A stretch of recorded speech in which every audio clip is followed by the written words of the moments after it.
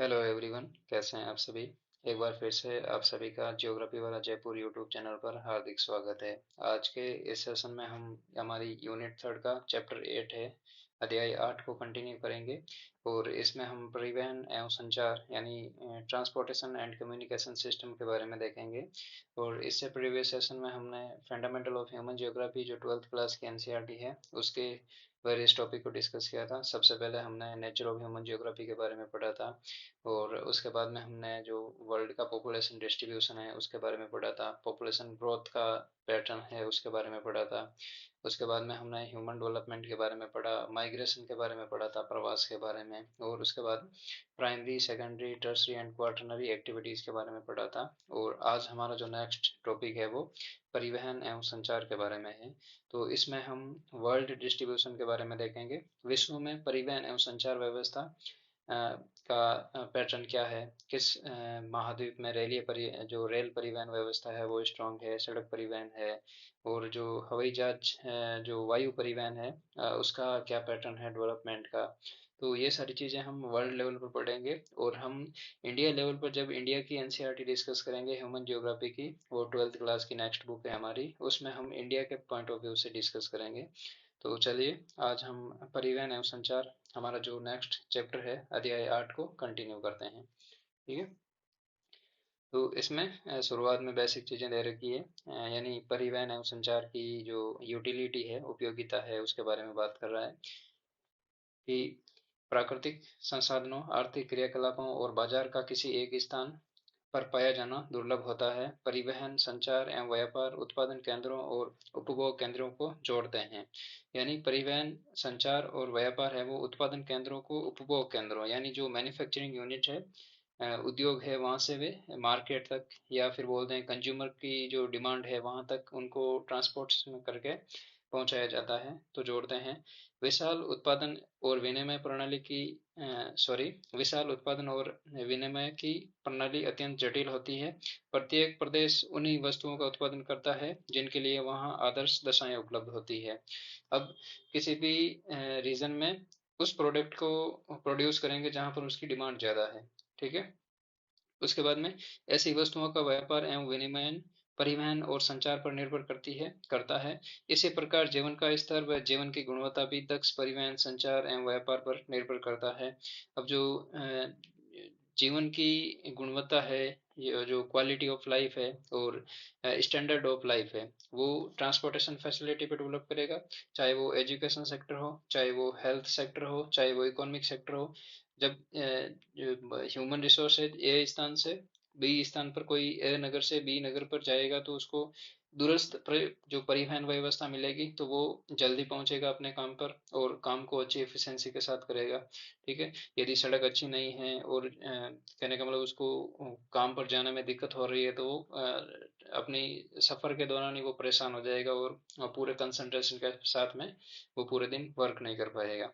ठीक है। प्रारंभिक अवस्था में परिवहन और संचार के साधन एक ही थे, परंतु आज दोनों सुस्पष्ट विशेषीकृत स्वरूप प्राप्त कर लिए हैं। अब यहाँ पे एक होने का मतलब क्या था कि प्राचीन काल में एक व्यक्ति था, वो इमेजिन कीजिए वो जयपुर से दिल्ली जा रहा है। ठीक है। तो वो अपनी जर्नी के साथ में किसी दूसरे के समाचार को, मैसेज को भी लेके जाता था। ठीक है। ऐसे उस टाइम सिस्टम चलता रहता था, मैसेज ले जाना, कोई वस्तु है उसको ले जाना। ठीक है। तो वो अपनी ट्रांसपोर्टेशन के साथ में जो व्यापार वाणिज्य का स्तर है वो भी करता था। लेकिन प्रेजेंट टाइम में सारी चीज़ें अलग अलग हो गई है। ठीक है। एक क्लियरिटी है ये। ठीक है। डिवीजन हुआ है कि ट्रांसपोर्टेशन फैसिलिटी में जो मानो एक स्थान से दूसरे स्थान पर जाता है उसके लिए अलग फैसिलिटी है। जो गुड्स है हम कोरियर करते हैं, कोई भी आज कोई भी चाहे ये जो बुक्स हो या कोई अदर मटेरियल हो, हमें किसी दूसरे रीजन में भेजना हो तो हम डायरेक्ट कोरियर कर देते हैं, किसी दूसरे के भरोसे नहीं छोड़ते हैं उसको। तो ये है कि सुस्पष्ट एवं विशेषीकृत स्वरूप प्राप्त कर लिया है। परिवहन योजक और वाहन उपलब्ध करवाता है जिसके माध्यम से व्यापार संभव है। ठीक है। परिवहन योजक। ठीक है। अब जो ट्रांसपोर्टेशन फैसिलिटी है, हमने कल दो चीजें पढ़ी थी, एक पढ़ा था हमने नोड पढ़ा था हमने। ठीक है। और दूसरा पढ़ा था योजक। किसी दो स्थानों के बीच में जो कनेक्टिंग पॉइंट है उसको योजक बोलते हैं। ठीक है। और इसको हम नोड बोलते हैं इंग्लिश में। ठीक है। हिंदी में शायद टर्म मिस हो रही है, याद नहीं आ रहा, लेकिन इसको नोड बोलते हैं, ठीक है। और इसको बोलते हैं योजक, ठीक है। तो परिवहन योजक और वाहक उपलब्ध कराता है जिसके माध्यम से व्यापार संभव होता है, ठीक है। तो ये है मतलब बेसिक जो अंडरस्टैंडिंग है वो मैंने मतलब हमें बता रहा है एनसीईआरटी के माध्यम से कि परिवहन है जो संचार कम्युनिकेशन है वो पास्ट में कैसे चल रहा था, प्रेजेंट में क्या है इसकी सिचुएशन है और फ्यूचर में क्या होने वाला है, ठीक है। अब नेक्स्ट है परिवहन के बारे में, ट्रांसपोर्टेशन के बारे में थोड़ा डिटेल से बता रहा है ये कि परिवहन व्यक्तियों और वस्तुओं को एक स्थान से दूसरे स्थान तक वहन करने की सेवा या सुविधा को कहते हैं, ठीक है। अब ट्रांसपोर्टेशन किसे कहेंगे, ठीक है, परिवहन किसको कहेंगे, ठीक है। कोई व्यक्ति हो या कोई वस्तु हो, किसी ए स्थान से बी स्थान पर उसको ले जाया जा रहा है, उसको जो प्रोसेस है उसको हम परिवहन कहते हैं, ठीक है। जिसमें मनुष्य, पशुओं और विभिन्न प्रकार की गाड़ियों का प्रयोग किया जाता है। ऐसा गमन गमन स्थल जल एवं वायु में वायु से होता है, ठीक है। जो ये प्रोसेस है वो किस किस से होती है, एक तो स्थल से, लैंड से होता है, एक वाटर बॉडी से होता है, और दूसरा तीसरा एयर से होता है, ठीक है। By land, by water and by air, ठीक है। अब उसके बाद नेक्स्ट है कि सड़कों और रेल मार्ग स्थलीय परिवहन का भाग है, जबकि नौ परिवहन और जलमार्ग व वायुमार्ग परिवहन के अन्य दो प्रकार है। जिसमें दूसरा अलग है, पाइपलाइन है, पेट्रोलियम, प्राकृतिक गैस और तरल अवस्था में अयस्क जैसे पदार्थों का परिवहन करती है, ठीक है। अब जो ट्रांसपोर्टेशन मोड है वो पहला तो स्थल हो गया, ठीक है, दूसरा जल हो गया और तीसरा वायु हो गया। अब इसके बाद में जो ये पाइपलाइनें हैं, ठीक है, पाइपलाइनों से क्या है, एक तो पेट्रोलियम और एक प्राकृतिक गैस है, ठीक है। दूसरी चीज जिसे हम पाइपलाइन के माध्यम से ट्रांसपोर्ट कर सकते हैं, ठीक है, ए लोकेशन से बी लोकेशन तक। और कुछ है जो तरल अवस्था में जो आयरन ओर है, ठीक है, और दूसरे मटेरियल है उनको भी ट्रांसपोर्ट करते हैं, ठीक है। जैसे फॉर एग्जांपल कर्नाटका में जो आयरन ओर है वो पाइपलाइनों के माध्यम से कोस्टल एरिया तक पहुंचाया जाता है, और उसके बाद में फिर उसको अन्य देशों में एक्सपोर्ट किया जाता है, ठीक है। इसके अतिरिक्त परिवहन समाज की आधारभूत आवश्यकता की संपुष्टि के लिए रचा गया एक संगठित सेवा उद्योग है, ठीक है, यानी सर्विस इंडस्ट्री है। इसके अंतर्गत परिवहन मार्गों, लोगों और वस्तुओं के वहन हेतु गाड़ियां, मार्गों के रखरखाव और लदान उतराव वितरण के निपटान के लिए संस्थाओं का समावेश किया जा चुका है, ठीक है। अब प्राचीन काल में क्या होता था, घोड़े गाड़ियों का या जो ट्रेडिशनल मोड थे ट्रांसपोर्टेशन के, उसके साथ में व्यापार करते थे, और क्वांटिटी इतनी हाई नहीं होती थी। लेकिन प्रेजेंट टाइम में जो ट्रेड है उसकी क्वांटिटी इतनी हाई है, जो बड़े बड़े डॉक यार्ड बनाने पड़ते हैं, ठीक है, बड़े बड़े माल गोदाम बनाने पड़ते हैं, स्टोरेज बनाने पड़ते हैं। इवन जो बॉम्बे पोर्ट है उसके जो भार को कम करने के लिए जो जवाहरलाल नेहरू नावासवा पोर्ट है उसको डेवलप किया गया है, ठीक है।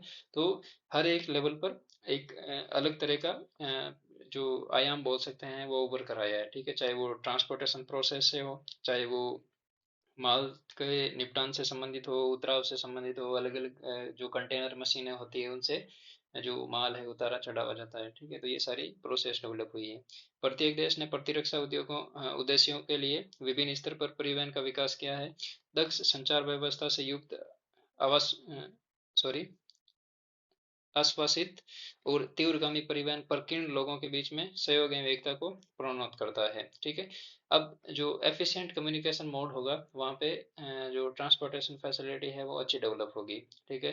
अब ट्रांसपोर्टेशन और जो दक्ष संचार है, एफिशिएंट कम्युनिकेशन सिस्टम है, उसमें सिमिलरिटी या बोलते हैं पॉजिटिव पॉइंट क्या है कि कोई इस लोकेशन पर कोई व्यक्ति है और यहाँ पे बोल देते हैं इंडस्ट्री है और यहाँ पे मार्केट है। अब मार्केट को कितने यूनिट प्रोडक्ट चाहिएगा, वो यदि एफिशिएंट कम्युनिकेशन प्रोसेस होगा तो वो इसको बता देगा, और जल्दी यदि ट्रांसपोर्टेशन फैसिलिटी रोड अच्छी बनी हुई होगी तो वो कम समय में मार्केट तक उस प्रोडक्ट को पहुंचा देगा, ठीक है। तो ये आश्वासित और तीव्रगामी परिवहन प्रकीर्ण लोगों के बीच में सहयोग एवं एकता को प्रोन्नत करता है, यानी बढ़ावा देता है, ठीक है। अब परिवहन जाल क्या होता है, ठीक है। अब एक तो परिवहन होता है, ठीक है, ट्रांसपोर्टेशन फैसिलिटी है किसी ए लोकेशन से बी लोकेशन पर, ठीक है। लेकिन जाल का मतलब है कि जो नोड है वो बहुत सारे योजक से जुड़ा हुआ है, ठीक है। फॉर एग्जांपल यहाँ पे हो गया, यहाँ पे हो गया, ऐसे, ठीक है। ये आपस में कनेक्टिविटी हाई लेवल की होती है, ठीक है। तो इसको हम परिवहन जाल बोलते हैं, ठीक है।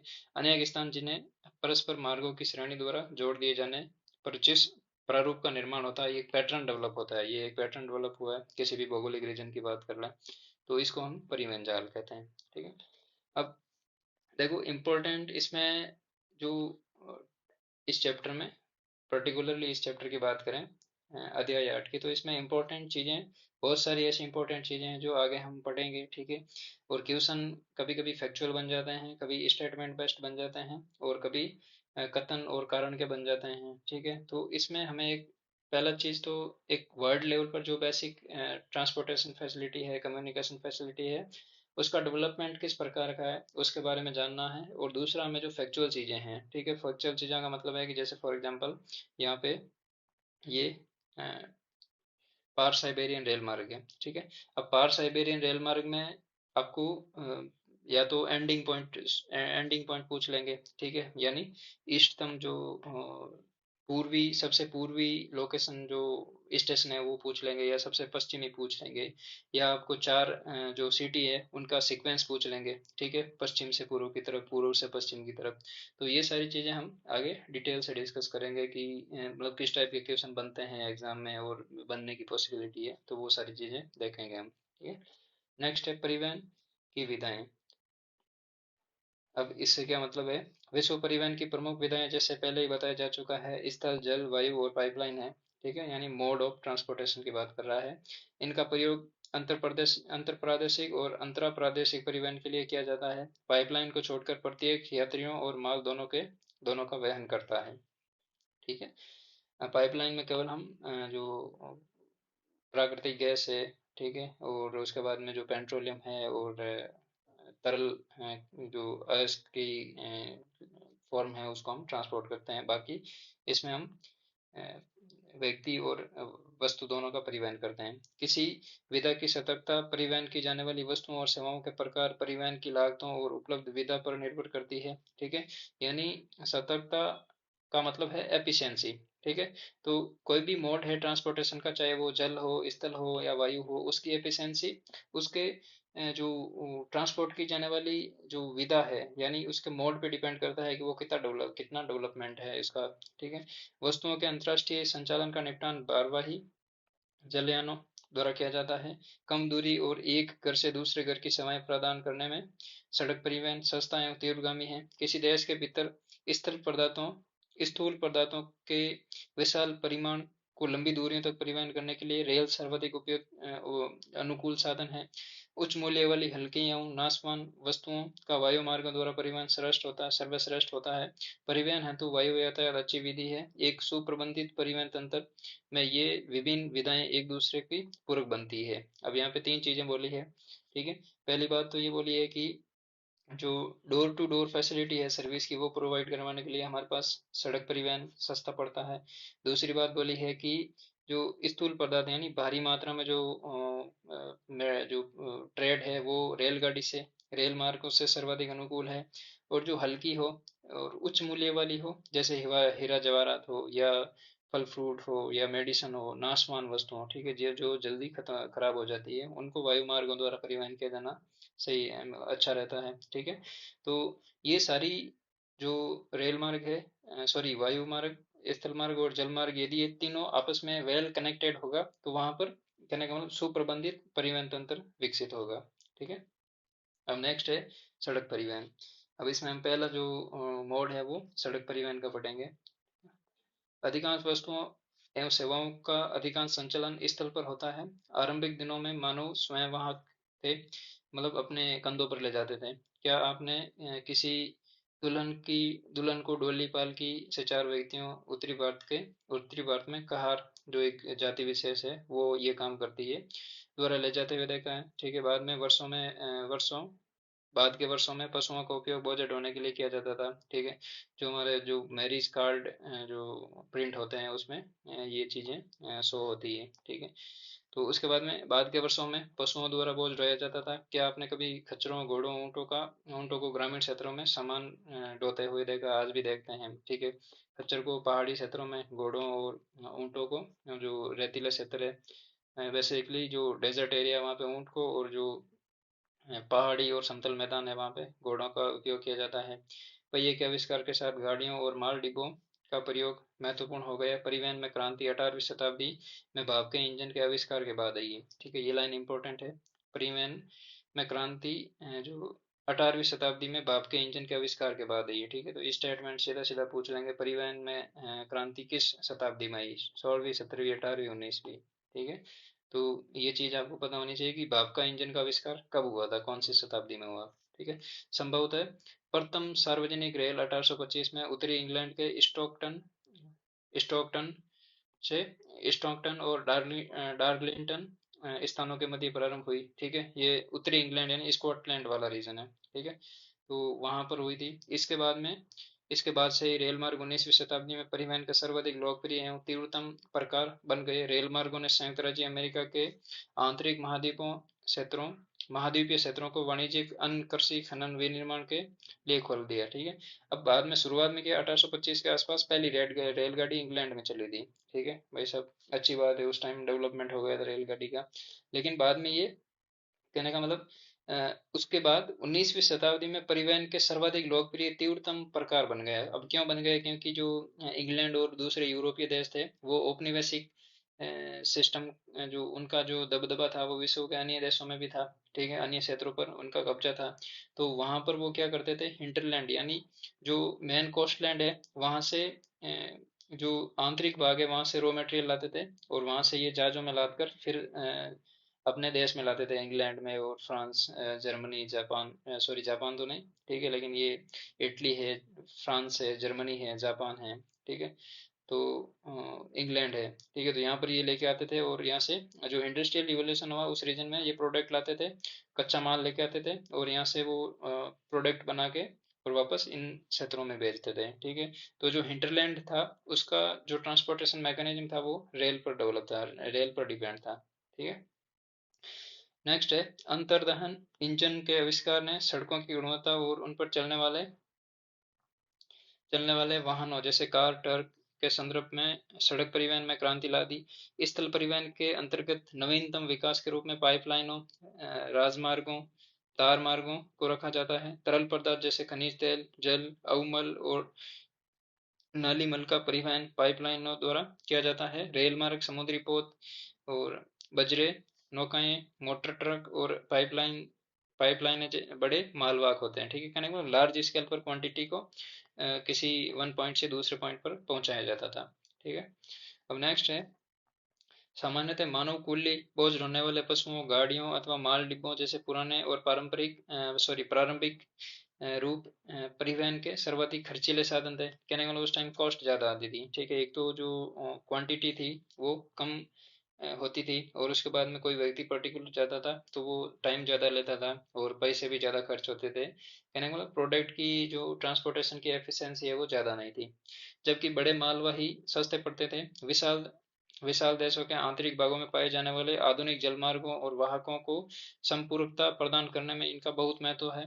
ठीक है, भारत और चीन के सघन बसे जिलों में आज भी मानव कूलियों और मानव द्वारा खींची जाने वाली गाड़ियों से होने वाले स्थल परिवहन का प्रचलन है। ठीक है, अभी प्रेजेंट टाइम में ज़्यादा तो नहीं है, लेकिन सिटी में कभी कभार देखने को मिल जाता है। ठीक है, कि वो अपने कंधों पर जो एक जो गाड़ी टाइप बना होता है उससे खींचते हैं, तो वो ट्रांसपोर्टेशन करते हैं। कोई रॉ मटेरियल हो गया, ठीक है, कोई भवन निर्माण सामग्री हो गई या खाद्य पदार्थ हो गए, तो इस टाइप के। ठीक है, अब यहाँ पे है बोझा ढोने वाले पशु। ठीक है, थोड़ा इंपॉर्टेंट है, एक बार देख लेते हैं। घोड़े का प्रयोग पश्चिमी यूरोप में भारी भारवाही पशुओं के रूप में किया जाता है, मतलब घोड़ों का उपयोग पश्चिमी देशों में किया जाता है। कुत्तों और रेंडियरों का प्रयोग उत्तरी अमेरिका, उत्तरी यूरोप और साइबेरिया के हिमाच्छादित मैदानों में सलेज को खींचने के लिए किया जाता है। ठीक है, अब सलेज क्या होती है? एक ऐसी कहने का मतलब जो अपने ट्रैक्टर की ट्रॉली टाइप कुछ बना हुआ होता है। ठीक है, तो उसको रस्सी से मतलब पांच छह जो रेंडियर या कुत्ते होते हैं, ठीक है, उनसे इनको बांध देते हैं। ठीक है, और फिर ये खींचते रहते हैं। ठीक है, तो इसमें कोई प्रोडक्ट रख देते हैं। ठीक है, तो एस्किमोज जो प्रजाति होती है, वो नर जातीय था, वो इसका प्रयोग करती है। ठीक है, स्लेज इंपॉर्टेंट है, टर्म इंपॉर्टेंट है स्लेज। ठीक है, एग्जाम में कभी पूछ लेंगे स्लेज क्या है। ठीक है। उसके बाद में पर्वतीय प्रदेशों में खच्चरों को वरीयता दी जाती है, जबकि ऊँटों का प्रयोग मरुस्थलीय क्षेत्रों में कारवाओं के संचालन के लिए किया जाता है। ठीक है। अब यहाँ पे एक कारवा है। ठीक है। कारवा क्या होता है?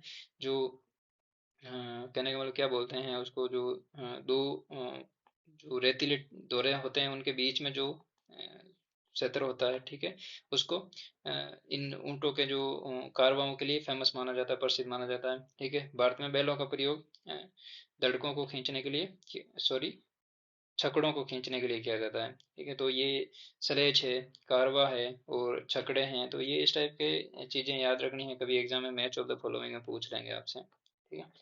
अब नेक्स्ट है सड़कें। ठीक है। अब सड़कों में यहाँ पे जो कैटेगरी है उसको डिवाइड किया हुआ है।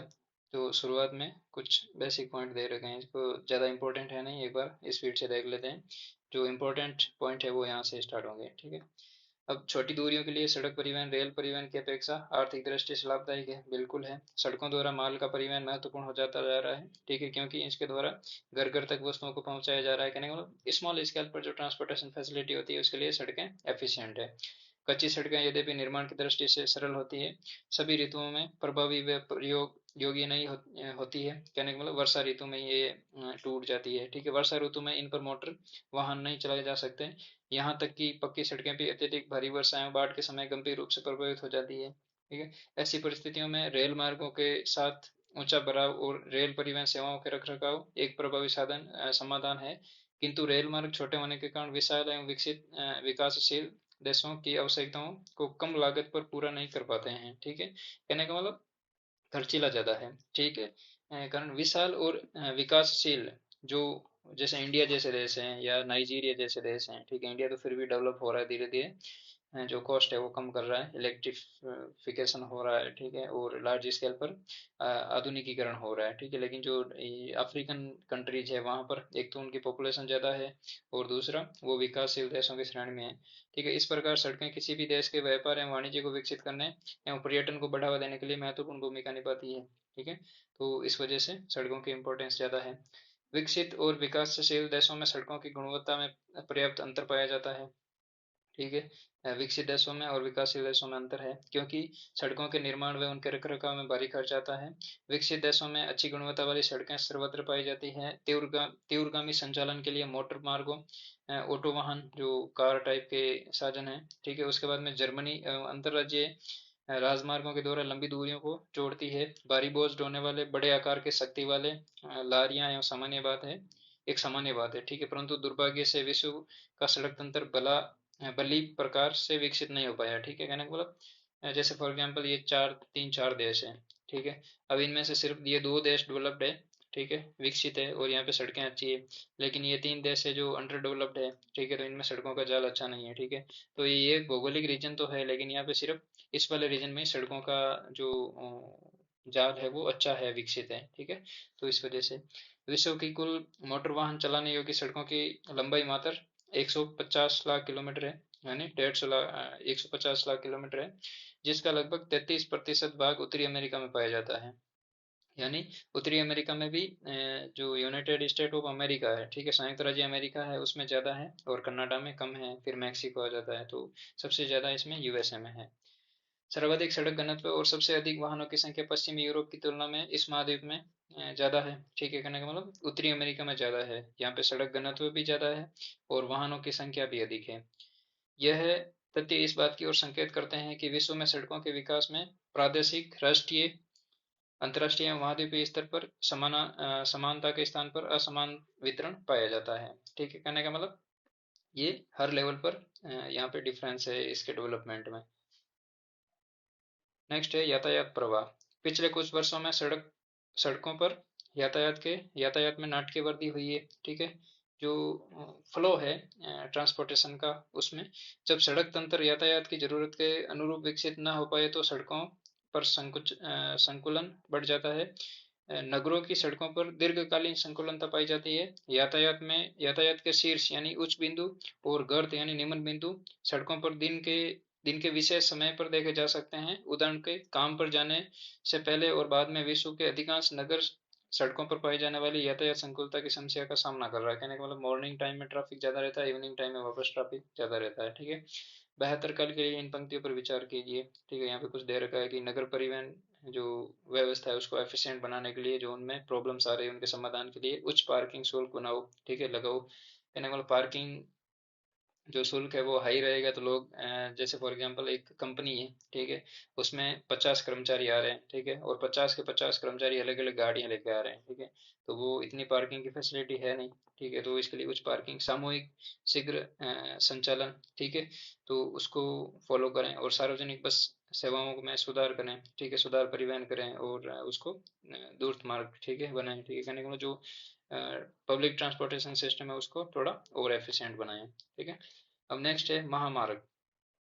ठीक है, अब महामार्ग के बारे में है कि महामार्ग दूरस्थ स्थानों को जोड़ने वाली पक्की सड़कें होती है। इनका निर्माण इस प्रकार से किया जाता है कि अबाधित रूप से यातायात का आवागमन हो सके। अबाधित का मतलब है कि महामार्ग एक कहने का मतलब वेल स्ट्रक्चर्ड और डेवलप्ड सड़क का जो पैटर्न है वो होता है। तो यहाँ पे बीच में रुकावटें कहीं आती नहीं है। जैसे for example national highway number 48 है, ठीक है, जो पहले नेशनल हाईवे नंबर 8 था, ठीक है, वो दिल्ली को बॉम्बे से जोड़ता है, मुंबई से जोड़ता है। ठीक है, तो ये बीच में कहीं पे रुकावट नहीं देखने को मिलती है, एकदम वेल डेवलप्ड है। यातायात के अबाधित प्रवाह की सुविधा के लिए अलग अलग यातायात लेन, पुलों, फ्लाईओवरों और दोहरे वाहन मार्गों से युक्त ये 80 मीटर चौड़ी सड़कें होती है। विकसित देशों में प्रत्येक नगर और पतन नगर महामार्गों से जुड़ा हुआ है। ठीक है, अब कहने का मतलब ये लगभग 80 मीटर चौड़ी होती है। ठीक है, इनकी जो विड्थ होती है वो 80 मीटर के आसपास होती है। ठीक है, और उसके बाद में जो ये जैसे फॉर एग्जांपल यहाँ पे ये 6 लाइन है, ठीक है, 1 2 3 इधर है और 1 2 3 इधर है। तो सबसे ज़्यादा स्पीड वाली लाइन है वो ये है। माना कि ये इंडिया में मान लेते हैं इसको कि ये 120 किलोमीटर प्रति घंटे की रफ्तार से इस पर चलते हैं, फिर 100 किलोमीटर और फिर 80 किलोमीटर। तो यहाँ पे ये इनका जो मेन स्ट्रक्चर है वो इस तरह से डिजाइन किया हुआ है। अब नेक्स्ट है, अमेरिका में महामार्गों का घनत्व उच्च है जो लगभग 0.65 किलोमीटर प्रति वर्ग किलोमीटर है। तो अमेरिका में सबसे ज़्यादा है महामार्गों का घनत्व। ठीक है, प्रत्येक स्थान महामार्गों से 20 किलोमीटर की दूरी पर स्थित है। कहने का मतलब अमेरिका में प्रत्येक 20 किलोमीटर की दूरी पर एक महामार्ग है, चाहे आप किसी भी डायरेक्शन में चले जाओ।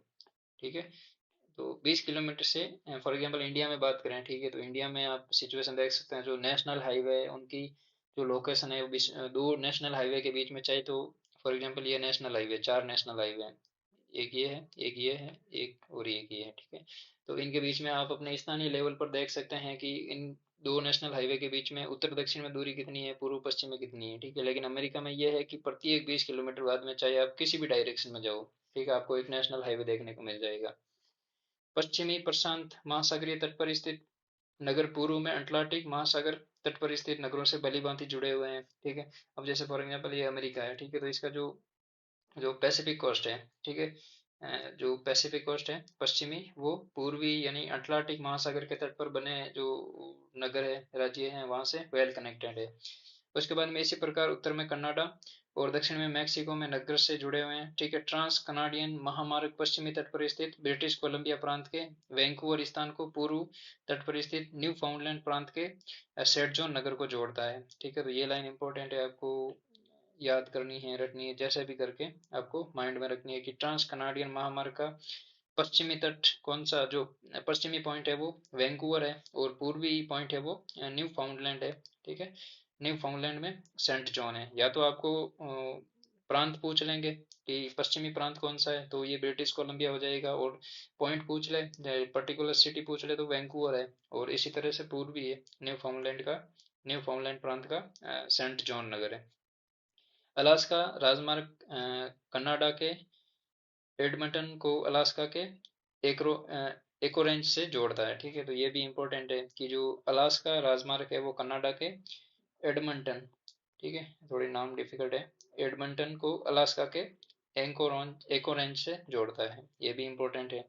उसके बाद में निर्माणाधीन जो पान अमेरिकन महामार्ग है, ठीक है, जो जिसका भी कार्य चल रहा है लेकिन ये निर्मित हो गया होगा। ठीक है, तो पैन अमेरिकन महामार्ग है जिसका अधिकांश भाग का निर्माण किया जा चुका है, कि दक्षिणी अमेरिका और मध्य अमेरिका के देशों और संयुक्त राज्य अमेरिका तथा कनाडा, भी आपस में जुड़ जाएंगे। ठीक है, कहने का मतलब उत्तरी अमेरिका और दक्षिणी अमेरिका, उन दोनों महाद्वीपों को ये जोड़ेगा। ठीक है, पैन अमेरिकन महामार्ग।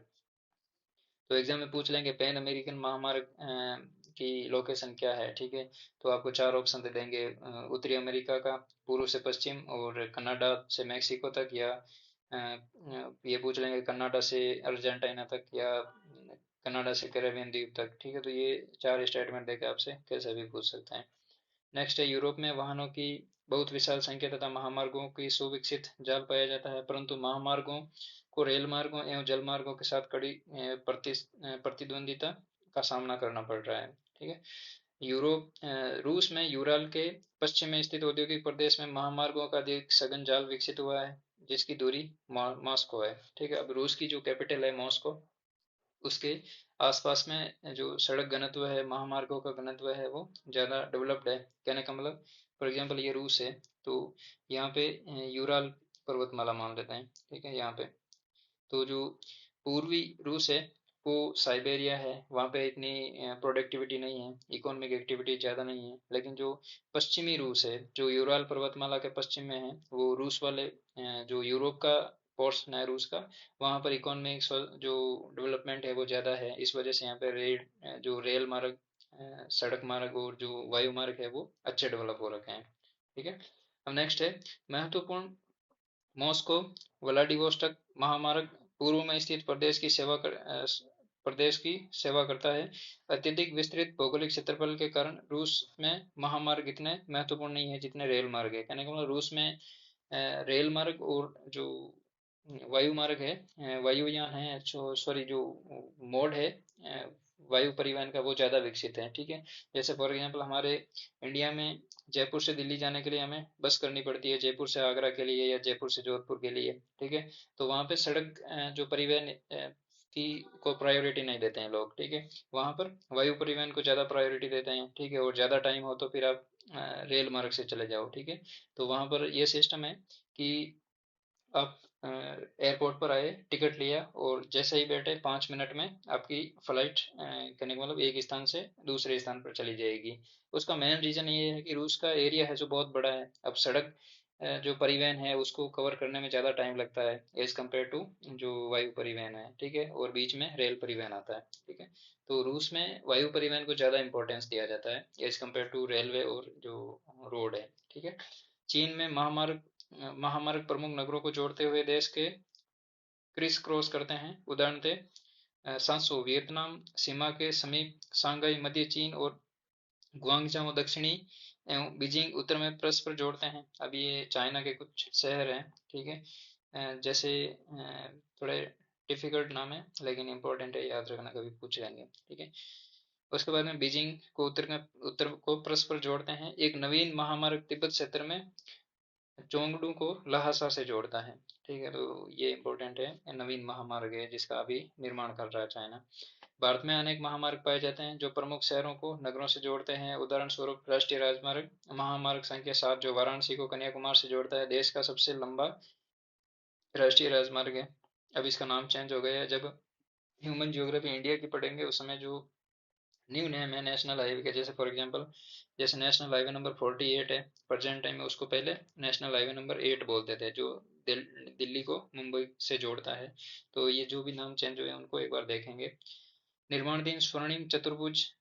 ठीक है, अब स्वर्णिम चतुर्भुज है जो गोल्डन क्वाड्रिलेटर है, जो दिल्ली, कोलकाता, मुंबई और चेन्नई इन चार महानगरों को आपस में जोड़ता है। ठीक है, एवं द्रुत मार्गों के कारण के द्वारा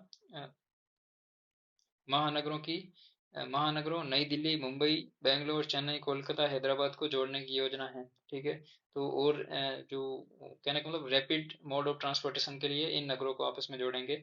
अफ्रीका में एक महान महामार्ग उत्तर में स्थित अल्जीरियस को गुयाना के कोनाक्री से जोड़ता है। ठीक है, इसी प्रकार कैरो केपटाउन से जुड़ा हुआ है। ठीक है, जो कायरो है, ठीक है, मिस्र, ठीक है, मिस्र की राजधानी है कायरो, वो केपटाउन यानी दक्षिणी अफ्रीका का एक शहर है, उससे जुड़ा हुआ है। अब नेक्स्ट है सीमावर्ती सड़कें। अब सीमावर्ती सड़कों में क्या है, कि अंतर्राष्ट्रीय सीमाओं के सहारे बनाई गई सड़कों को सीमावर्ती सड़कें कहा जाता है। जो इंटरनेशनल बॉर्डर होता है किसी भी देश का, उसके जो सहारे जो सड़क बनाई जाती है उसको सीमावर्ती सड़कें कहते हैं। ठीक है। ये सड़कें सुदूर क्षेत्रों में रहने वाले लोगों को प्रमुख नगरों से जोड़ती है और प्रतिरक्षा प्रदान करती है। कहने का मतलब नॉर्मल सिचुएशन में तो यहाँ पे जो बॉर्डर एरिया में लोग रहते हैं उनके लिए ट्रांसपोर्टेशन फैसिलिटी प्रोवाइड करवाई जाती है, लेकिन इमरजेंसी के टाइम में यदि कोई युद्ध वगैरह छिड़ गया हो या सीरियस कंडीशन हो तो उस समय ये ओनली फॉर जो मिलिट्री व्हीकल के लिए ओपन रहती है। ठीक है। महत्वपूर्ण भूमिका निभाती है। प्राय सभी देशों में गांवों एवं सैन्य शिविरों तक वस्तुओं को पहुंचाने के लिए ऐसी सड़कें पाई जाती हैं। ठीक है। तो इस प्रकार की जो सड़कें हैं उनका डेवलपमेंट किया जाता है। ठीक है। तो अब हम नेक्स्ट सेशन में जो हमारा रेल मार्ग है उसके बारे में डिस्कस करेंगे, और उसके बाद में जो भी इम्पोर्टेंट जल मार्ग है, परिवहन जो पाइपलाइन जो ट्रांसपोर्टेशन फैसिलिटी है उसके बारे में डिस्कस करेंगे। ठीक है।